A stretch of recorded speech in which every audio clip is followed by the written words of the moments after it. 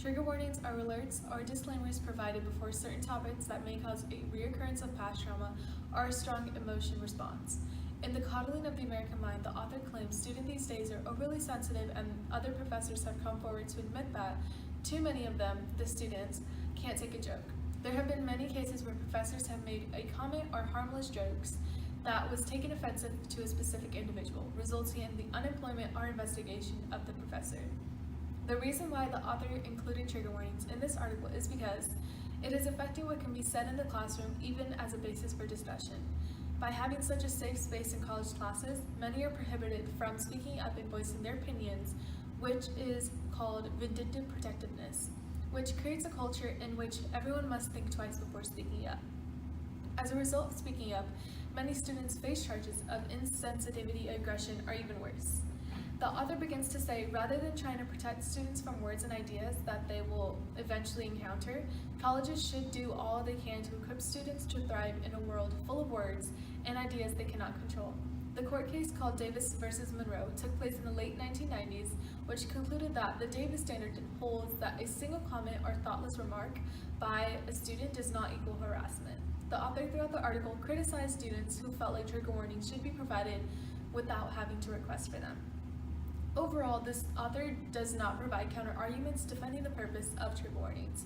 Instead, the author says that universities should also officially discourage the use of trigger warnings. It is stated by the American Association of University Professors that the presumption that students need to be protected rather than challenged in a classroom is anti-intellectual, finishing with the claim that professors should be free to use trigger warnings if they choose.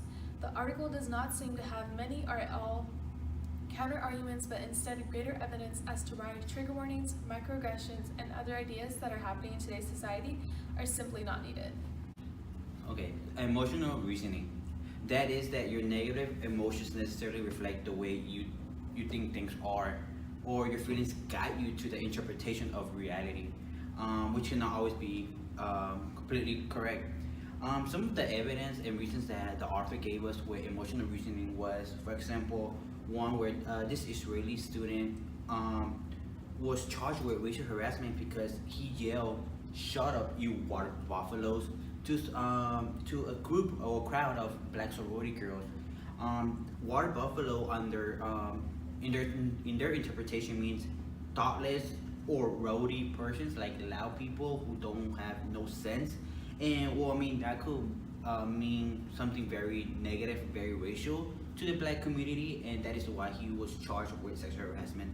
Another one was the KKK situation at Purdue University, where this kid was reading a KKK book, and then he just while he was reading that book, even though he's against the KKK, but he was reading that book, somebody was passing by, a minority was passing by, and he saw that as an offense, as if that offended him just because he saw that student reading a KKK book, even though he was against it.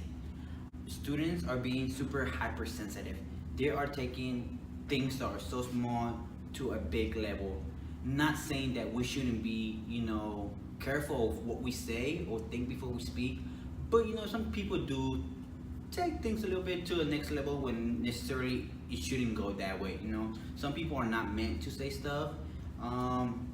And I mean that bring a lot of people to conflict, and also by us accepting people being emotional, very emotional, is bringing them conflicts on their own life as well, because that could affect their careers, that could affect their friendships, and that can even affect their mental health, because by us allowing people to be very hypersensitive and super emotional, it's gonna mess up their mental health, and it's gonna give them a constant change of outrage.